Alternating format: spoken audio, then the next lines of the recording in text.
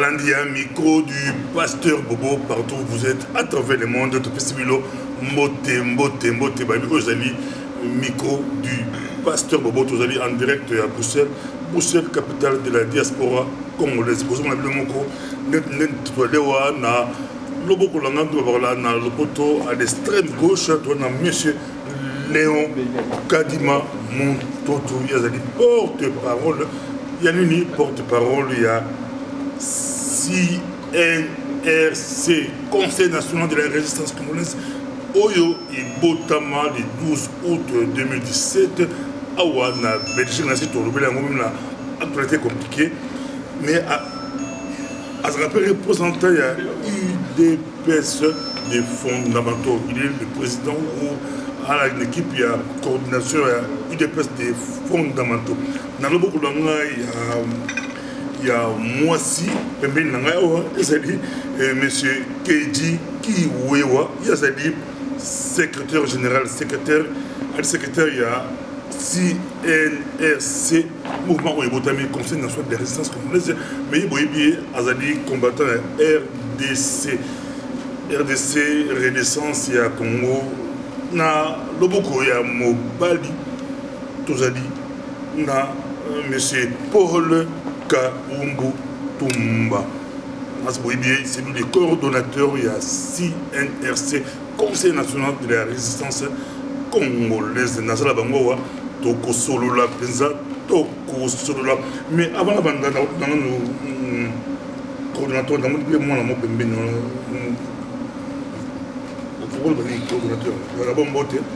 Mbote, pasteur Bobo, et c'est mon mingi, nous avons occasion à un plateau.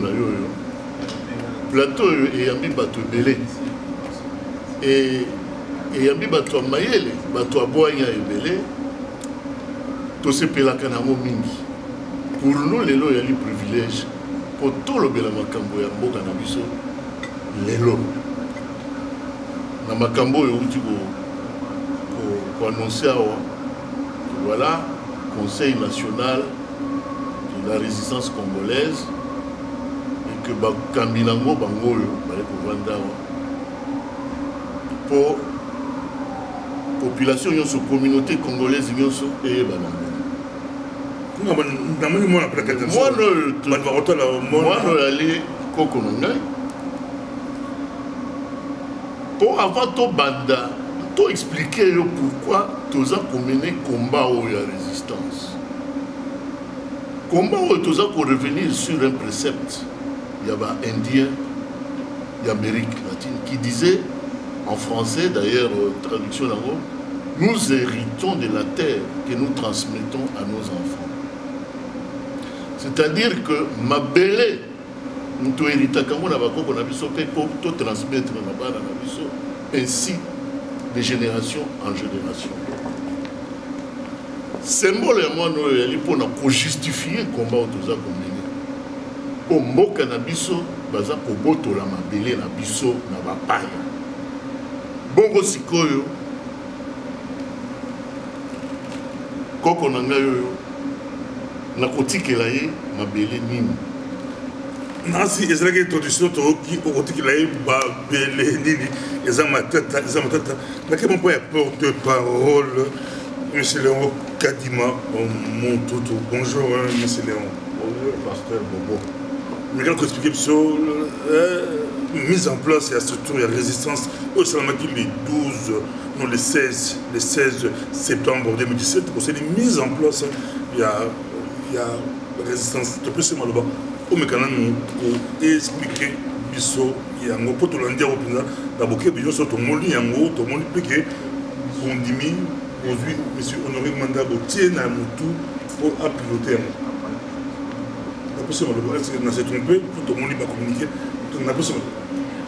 Merci pasteur Bobo et bosso nazali kotonda salo ya Ramsala monsieur Longonia Conseil national de résistance congolais. Lisanga ya bana mboka nyonso basangani na makanisi na bango na mayele na bango esika moko mpona kobikisa mboka Congo. poni une résistance to boyi makam oyo za ko sala ba Kinshasa to boyi boum to boyi makam nyos to za ko mona na ba mindele na ba paya oyo ba za ko ya ko tsana mo na biso tina to sali sanga oyo to za ko benga Conseil national de la résistance congolaise ya biso ya mwana ya mibale oza ko tuna omoni ndenge nini botina mutu ya conseil mwana mboka Honoré Ngwanda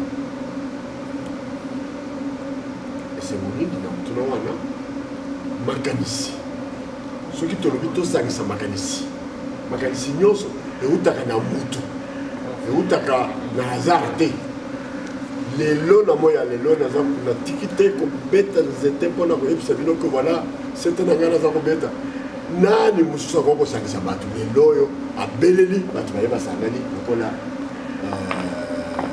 papa Honoré Ngwanda ezali le 12 août oyo tosanganaki mpona kokanisa ensemble ezali te toye kokota na lingoma na ye ezali mpe mouvement apparaît que ezali alliance ya ba patriote congolais oyo basali mouvement na bango biso o définir a olobi tozali ba UDPS de fondamentaux elingoloba tozali bato oyo bakoki kosomba biso na pouvoir ya occupation lokola aile familiale UDPS ekabwani kokabwana wana ezali na bomoi ya mokonzi oyo biso nyonso tozalaki kotia motema papa Etienne Tshisekedi paix à son âme mais ekomaki lokola likambo ya famille bana na mama bakabata biloko wana bakomisa ngo ya wana biso tozali bato ya liboso kolongwa koloba te fondamentaux oyo toza koloba ezali texte oyo efondé parti tozali bagardien du temple tozali bapionnier bato oyo babandaki mosala oyo makambo ya famille ezali te isanga ya bana nyonso ya kongo 4 lettres oyo tofonde na moyi de pese ezali union ya banani bakongolais ezali union ya baluba te ezali union ya bakongo te ezali union ya bangala te union ya bakongolais pourquoi union pour la démocratie elingi koloba nini makambo tozokende mpo na nini démocratie progrès social kozala ya bumutu ya mutu ezala bien donc na ferme côté ya fondamentaux ezongeli makambo ya résistance lelo nazali kopesa merci na bandeko nyonso baporte ngai comme porte parole elingi koloba nini momemi ya voix ya résistance mpo toyebisa bacongolais bayeba ke tozali lisusu na masano te tokomi na ntango ya kokanisa mpo tozala momoko wana ekomisa biso esika tolingi tokoma kobengana bapaya na mboka na biso paster bobona zotuna balandi oyo bokebi bayoki président mais tozongi awa oyo ezali conseil national de la résistance congolaise mwana oyo abotamaki le 12 août mais abotama na makelele ya kosala te abotama na makelele ya kosala te mwana oyo aningisa poto eningana mwana oyo aningisa Kinshasa eningana etia polémique bamouvement ebotama nango mais CNRC ebotama kambo kedi bali kolanda yo secrétaire ya CNRC okolo balingi depuis mouvement ebotami moi, mon bout de Zamakasi, agitation presque partout, c'est dû à quoi? Et puis, il clairement, que s'est-il passé le 16 septembre 2016? Tu comprends, on va bientôt comprendre. Et il est démocratique, c'est comment? Tu as pour ça, tu comprends. Merci, Pasteur Bobo Namoutuna. 2017. À 2017, pour 2016, il y a mon qui 2016, il est comme ça. 2016, le 19 décembre, il était comme ça. 2017, donc lobby. Merci, Pasteur Bobo Malobanaou. Et là, on y est le 16 septembre 2017. Et ça, dans les cas déjà, dans les cas na plateau, on peut expliquer naissance, il y a le 12 je crois que les gars le lendemain, le 13, tous les gars na plateau on a expliqué Bobotami ya et logo to bengi Conseil national de la résistance. To ebisaki ni pasteur Bobo biso to ba républicain. Toza ba républicain premièrement et puis toza bato yo bazo kanisa ke mboka na façon pour fonctionner na les gars na plateau na ebisio biso to lingi luka ba bouté ya ba homme providentiel te to lingi te o mutu moko boaza ye moko azaka ka ye moko aza na vérité. Donc biso ozomona ba mpakanaza na bango awa vraiment bato moko de qualité tokoki okende te okota makambo ntango eza sur base démocratique te ntango makambo wana ezokende te que de façon ezala na intérêt ya peuple. Donc assemblée na biso esalamaka le 12 wana ezalaka de manière démocratique tout ça là de manière démocratique tozwi décision kosala conseil national lobby ezalaki aussi na logique on a la démocratie de manière démocratique élection assemblée élective et salami pour nos repona et encore on a merci mingi na bandeko ba pesi biso confiance parce que eza vraiment poids eza te au kosepela pona o sokinini non eza poids ya mboka makamba mboka babi bino bandeko bino bomema charge wana kilo wana ya makamba mboka. Donc comment ils ont organisé? Comment ils ont organisé dans le tout de suite. Donc, dans il y a un Conseil national de la résistance, nous avons un comité de coordination. Dans le comité de coordination, nous avons composants, on a plus de 18 associations, ils ont composé Conseil national de la résistance. Tindi délégué na bango na un comité de coordination. Comité de coordination, ils ont 2 membres, il y a chaque composante, il y a conseil. Dans ce conseil, nous avons un porte-parole, nous avons un coordonnateur, nous avons un secrétaire général, nous avons un comité de coordination. Nous avons donc cellule de pilotage stratégique. Donc, nous continuons responsable monsieur Honoré Mbanda, qui est responsable, il y a stratégie, il y a comité de pilotage, coordonnateur Eza Papa Kaoumou Ndenge Azan Nambokonanga Mbali, et Nambokonanga moi aussi dans la parole, porte-parole, Papa Léon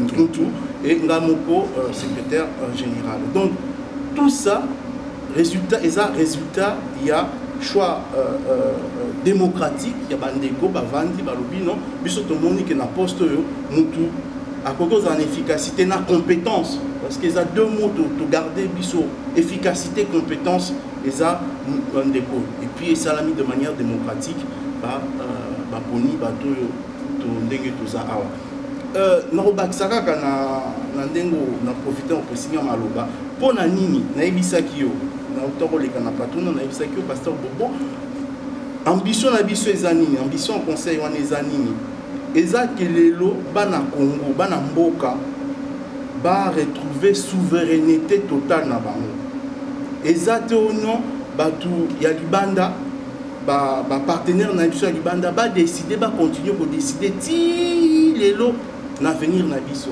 tolobino to pusi maile na biso to biba na mboka boya omoni ba mpaka bazawa omoni ba papa honoré bobito ya totika ba fier na biso totika lolendo totika ba ego na biso totika mona mtoya. Merci beaucoup tonza maloba te pas monsieur Paul Kaumbo Tumba yo bike batubaya botika mboka elongo la passe mais CRNC comité oyo za au-delà il y a la plateforme ba groupe to bino beaucoup de kolo ya ba mais tout dit qui c'est effectivement de toute façon secrétaire général n'importe parole tu peux expliquer clairement que il faut que les niveaux un groupe partisan, c'est-à-dire que tout batozo bunda il faut te placer dans les priorités et tout pour libérer Congo.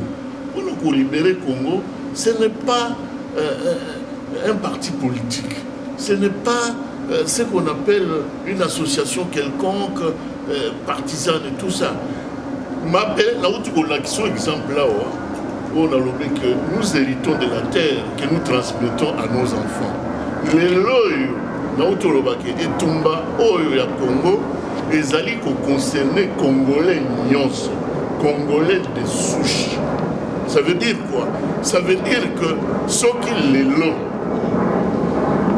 Tobundite, Mokaiki, les lots yozomona, Nenge, Banguna, ou Bakote Libiso. D'abord, Pasteur Bobo, on a félicité la innovation au sein de la 4e émission, puisque tant aux banda déjà dans les génériques, il y a émission d'ailleurs, on a inséré dans la 4e générique une autre dimension qui est l'occupation. Actualité compliquée. Voilà, actualité compliquée. Eza Matata, au lobby, il y a l'Ikamboya occupation en Bokanabiso. L'Ikamboya occupation en Bokanabiso, et c'est les Congolais à se rendre compte. Conscience naïe, ils allaient éveiller pour nous comprendre que Mboka naïe, ils allaient comprendre. C'est ainsi que tous avons déploré Bandegolabiso Moussousou. Oyo Bazali Tile Lo, Bazali Nakati, il y a vieux jeu, il y a Kolobakeur, Bazo de la démocratie, Bazo. Mboka Nabiso a l'Ikambo démocratie, les lotés. Mboka Nabiso et l'Ikambo ya libération parce que Bangouna va côté télévision dans beaucoup. Pasteur Bobo, est-ce que les politiciens congolais bazo bunda si on bazo ça l'assemblée qui bazo bundi c'est moi dans Dikiwan. Est-ce que babosani qui na kati armée na biso tozali ba côté ça pendant plus de 500 officiers supérieurs et généraux qui ne sont pas congolais. Bah y est bien.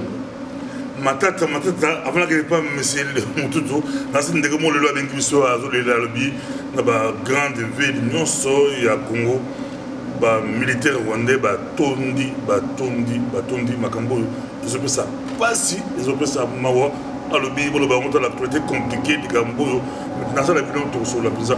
Maintenant, la dimension, est-ce que, comment il y a fidélité? Comme on dit, le mouvement la fidélité, le mouvement la mission, dans ce volume, c'est surtout un débat, mais bon, de temps à autre, quel est les mots de Rosalama, mais quand vous avez pause dans l'extrême. Vous avez dit qu'on a mis ça, beaucoup de monde, tous les bino pensawa, et c'est ce qui est bon, oui, beaucoup de pour les communautés de Kamambon. Pour le bilan de Botukali, Bastion, le mouvement au Tikali, ils ont battu la Bendele pour le Conseil national de la résistance congolaise. Au Kabila Alingi a glissé, Kabila Alingi a leka à Panzimbongo, Nikolo de commission aussi, il ne faut pas même décoller, même moi, c'est un monde en a rebeto mbata, prenandako, aussi mbata, rebeto mbata, et au tuer, puis zoka mbata, on a mbongo za utabola. Na hepa la yo, pour le balini, ceux qui mbongo yé, mbongo kouye, est-ce que vous résistez la mbongo, tout, beaucoup trahir Congo, la patrie Congo. Mais ce tu as dit, tu as dit qu'on incarne ce qu'on appelle l'incorruptibilité. Vous comprenez? Pour toyebi mbongo wana ya limbongo ya mboka na biso mopaya koki kokamata mbongo ya mboka na ngai akabela ngai te kabela glissé abia kocha mbongo la atie apanzi mbongo ata bokofinga na bokoswana bokobemba leta ya likalika non mais pasteur Bobo na kolikia te il faut to distinguer combat autour nango na combat où les politiciens ou les partis politiques bazosana. Vous avez une histoire de la résistance. La France, les Alliés occupés. Les bazala qui corrompus na Tangouana, Tango libération sort na bango les Alliés ni. Les Alliés qui liwa. Vous avez biso tozako bundi pour que mon paya azala lisusu akonzamboka na bisote. C'est ça. Donc, comment est-ce que Ngaï Nazo Bunda Po au moni au Congo, vous avez corrompu, sauf que vous avez la campagne électorale pour na bateau oyo baza kokarese idée ya élection ozomona mais biso toali bato ya élection te biso toali bato ya badialogue te biso toali bato ya transition na bapaya te biso toali bato oyo ya kokanga nde monguna c'est-à-dire mwana ndeki wana ces gens-là sont entrés chez nous par effraction babomi bandeko na biso babomi bana na biso baviole bamama na biso et c'est quand même curieux de voir que les Congolais oyo baza ko se réclamer de l'opposition na kati ya mboka wana bakondamnaki eloko wana te yango wana il faut ça la distinction entre biso na bato oyo bazosala politique oyo bazali koaccompagner régime wana ozomona naye pas monsieur Léon Motutu bazala biso ebele na biso toyeba ata la français koloba no ata la lingala ezanga masolo ya mboka na biso kongo ata la swahili koloba ata la kikongo ata la chiluba eza kaka balangue na biso ya mboka na biso kongo monsieur Léon Motutu les autres proposent bango bali proposer transition sans Kabila bango bali proposer élection année oyo bino na CNRC Bolobidini oza porte-parole bino Bolobidini. Merci pasteur Bobo.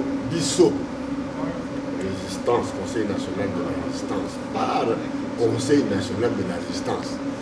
Kosangisa biso na bato baza kokanisa ndenge oza koloba wana bamusu baza koloba tokosala la transition sans Kabila bakobanda ndenge nini naza comprendre te wana ezali lisano baza kosakana na mitu ya bato distraction munene baza kosala na bato po Kabila biso tolobi pays est occupé liloba oyo congolais nyonso atia na mutu na ye ayeba kaka ke Congo ezali occupé na Congo occupé yo okende kolobela biso makambo ya transition sans Kabila sans occupant bino moza komona Kabila okotia ba Louis Michel wapi okotia ba occidentaux wapi ba décideur bato batiaki Kabila biso toza komona Kabila te na résistance tozali na combat mibale pasteur Bobo combat oyo ya baoccupant oyo tomoni na miso oyo boza komona wana mais singa oyo ekangi bango omoni toyebisaka bajeune oyo baza kolanda biso na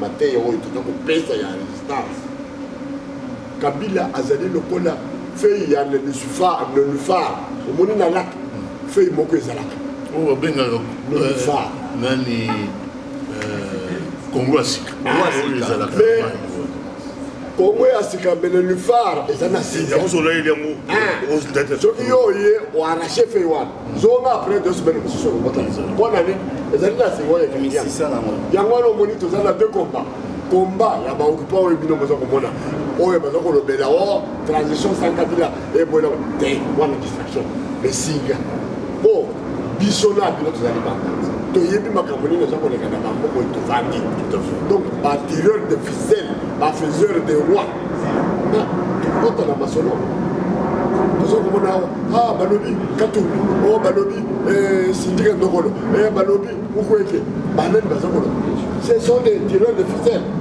mais il faut tozala na mayele mpo toyeba eloko nini tolingi eloko nini tokokosala tofini bango te bazali bana mboka baza kolakisa bango me banini baza kolakisa bango baza bakongole te bazali bapai nde bato baza kolakisa biso soki Kabila akei tokokotia sindika ndokolo soki Kabila akei tokokotia Moïse Katumbi o soki te transition c'est mokwe biso mpasi oyo toza komona lelo biso barésistant toyebi ntina mpo ntina ezali ke banani bayaki na mwana ndeke wana ezali volonté batengaki biso mwana ndeke wana ntango babengani Mobutu batunaki opinion populaire opinion nationale ya Congo kovala bolobi nini Mobutu akei non bitumba toza kobunda pasteur Bobo ya résistance ezali ke batika biso moko toponaka bato oyo bakoki kopunda mboka na biso voilà nasi tokokana kosukisa awa mais nakosengeloko moko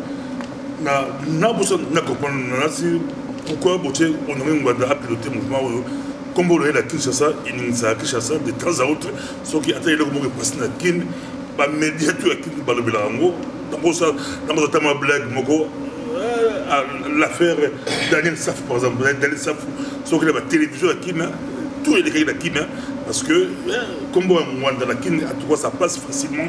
Ceux qui n'ont pas à Fingami, attaquer Kinshasa et passer en haut rapidement. Mais il n'y a pas de bilan.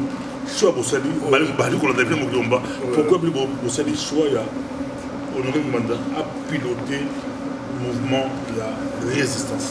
Oui, pasteur Bobo, tout ça dans le contexte de Moussous. Là où tu as émission d'ailleurs, aux petites dimensions Moussous. Où il y a occupation. Nani a révélé une situation où il y a occupation par les tout types. C'est Honoré Mwanda. Je pense que les Congolais, il faut bailler que les loyaux, ceux qui résistance et bandit côté nous le devons à ce monsieur-là, Honoré Mwanda. Parce que qu'on l'aime ou qu'on ne l'aime pas, Webi Azali Moko qui a été formidable, on a pour révéler un complot international au Basala qui contre Mboka Nabiso. Yémoutou a révélé Biso pourquoi moi Nantekiwana Aza au pouvoir Lélo. Yémoutou a révélé Biso Nengenini, c'est que les Yémoutou faiseurs de rois qui sont à l'extérieur, Nengenini Baza qu'on manipulé, aller instrumentaliser, Banamboka, pour que Bango, Baza dans la possibilité, il y a Koutia Maboko dans Kitao et Abiso. Et cela, ça n'a pas commencé aujourd'hui. Il y a un traîneur qui Liwaya Lumumba en 1961, toujours dans la faiseur de Rowan. Kakabango, il y a entraîné le souci de Liwaya Laurent Désiré Kabila. Kakabango, je pense que Pasteur Bobo, tout ce que Mwanda avait révélé,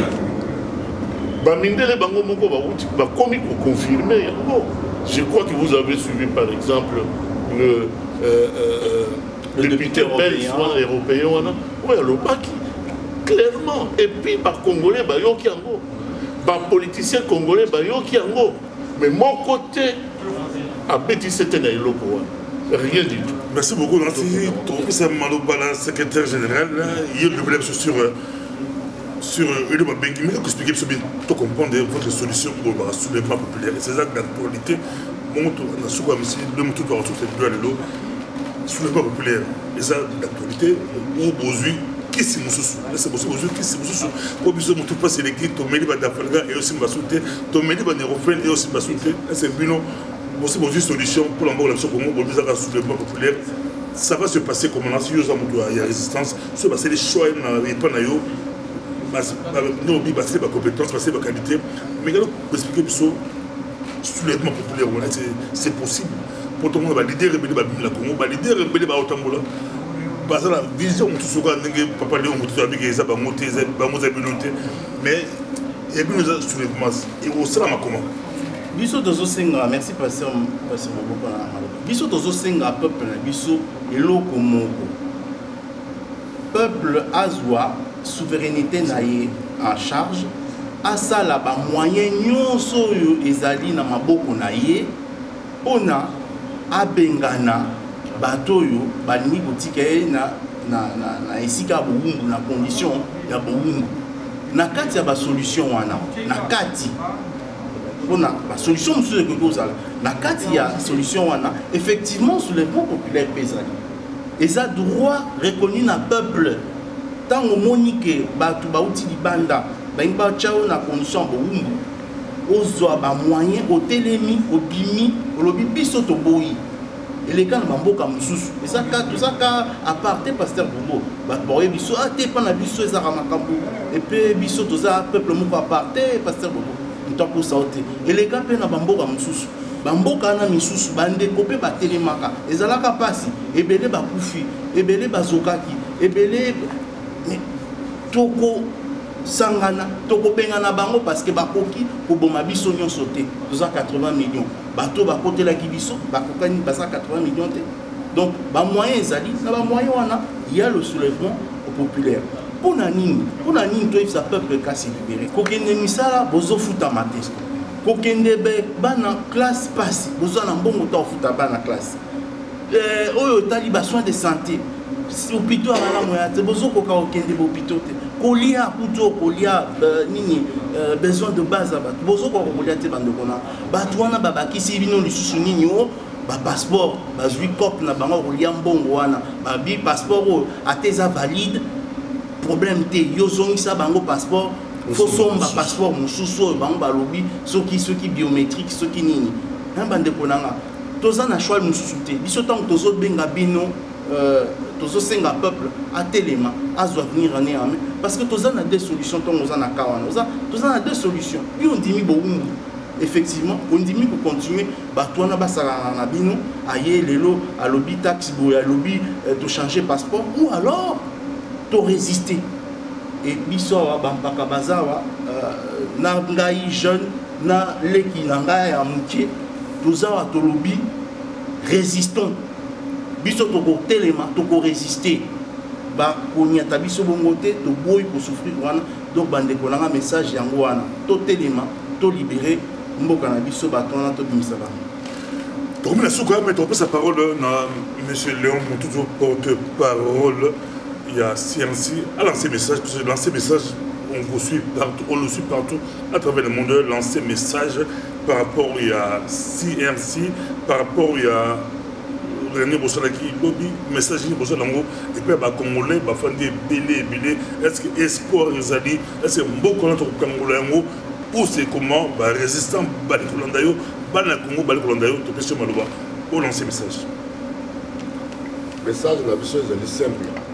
Et sauver la biso et koko bomba bandeko eboye baka ba pentade ba ndeko ya minene oyo elia ka bango bana poko et sauver et bomba ka bango kasi et sauver et koki ko mele mingongo na bango te yango to zango loba mingongo na bino ba tu bazo komona passe na mboka tu yoki yango to zali bana mboka komonela koyoka mingongo eza komela biso lelo makambo ya classe lobi makambo ya bagrève ya baenseignant lobi makambo ya grève ya bamédecin bato bazali kokufa lokola nzizi ata bino totindeli bino lelo na kanisi ko ndenge tovandi awa $1000 par mois na famille tokokoka te mbongo ezali na mboka na biso bapaya baza koya maboko pamba baza kovimba baza kozwa bamilliard baza kotia na baile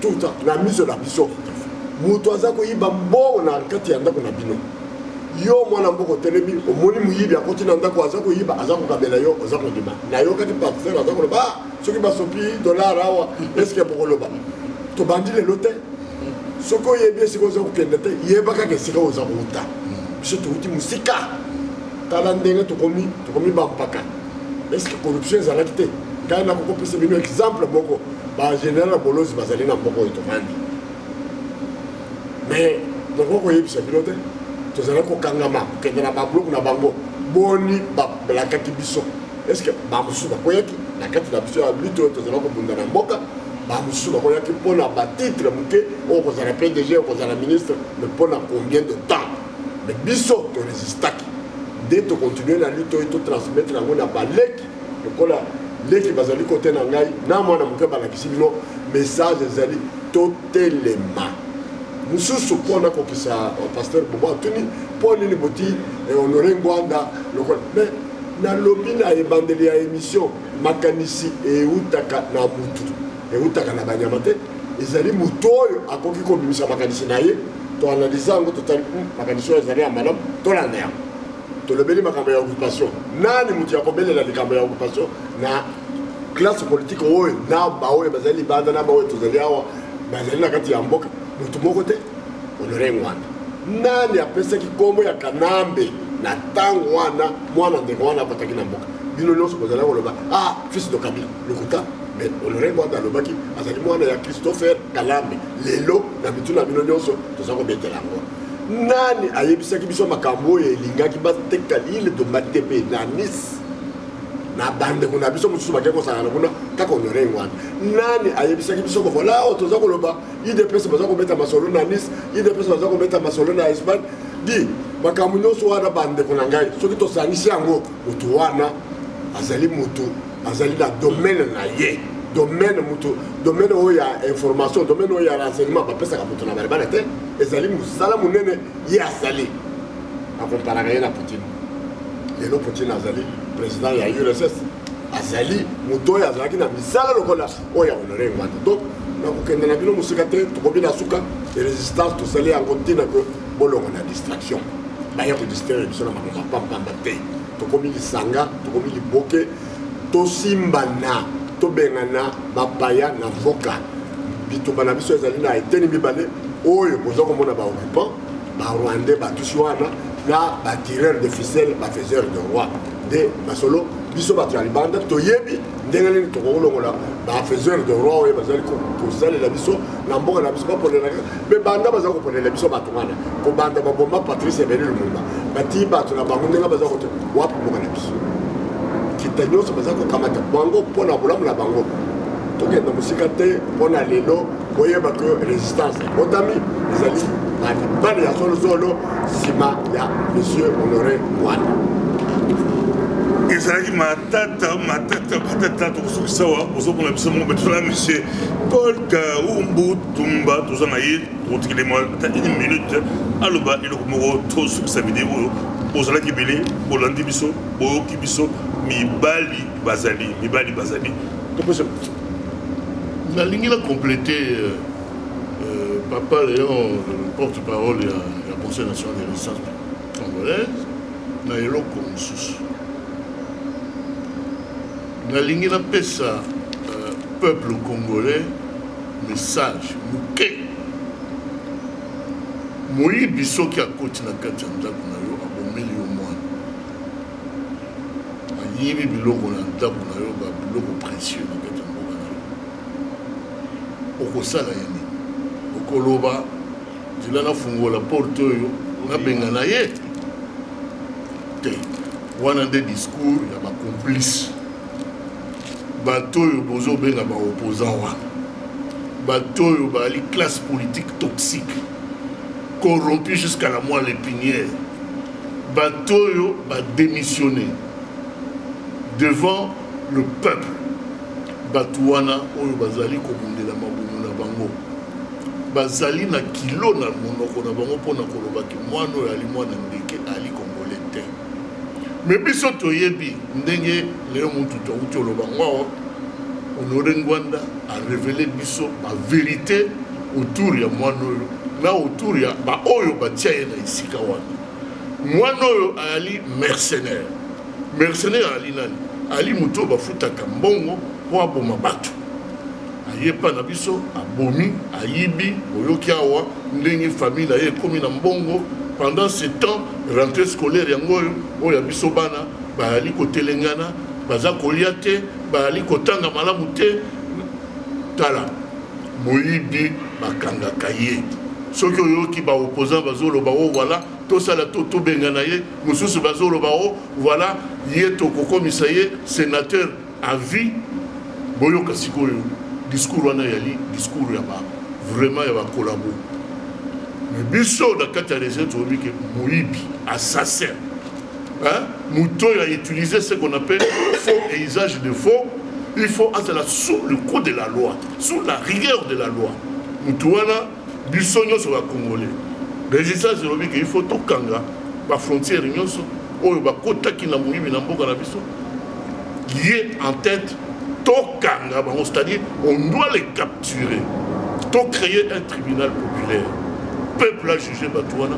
pour que l'Ibame aujourd'hui, pour que Cauchemar Otozanango chaque jour est stoppé. Mbalamoko pour que ça ne revienne jamais. Pour que une situation est ça la malice. Nenge Bayouda Balobaki, tant Babomaki Bamona na nazi, Balobi plus jamais ça. Pas poursuivre les nazis, ti na leloyo. Baza Okanga. Yamona Nabi, peuple congolais bandeko nangai, botelema. Bolanda discours là-bas, opposant wanate, il y a classe politique toxique wanate. Bolanda sikoyo discours, il y a résistance parce que au lingate, il faut à un certain moment hôtel pour défendre le Bokanayo. yango wana nasengi bino botelema bino nyonso tokaka mopaya wana tojuge ye soki akozwa singa na kingo akozwa.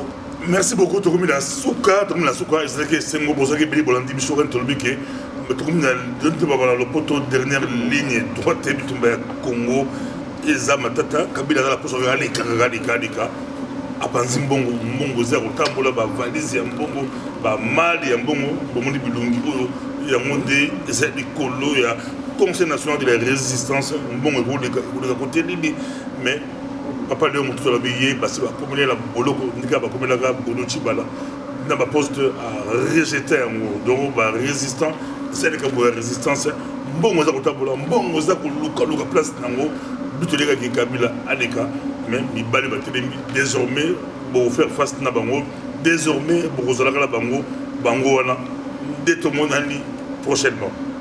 Merci. Merci, Pasteur Bo.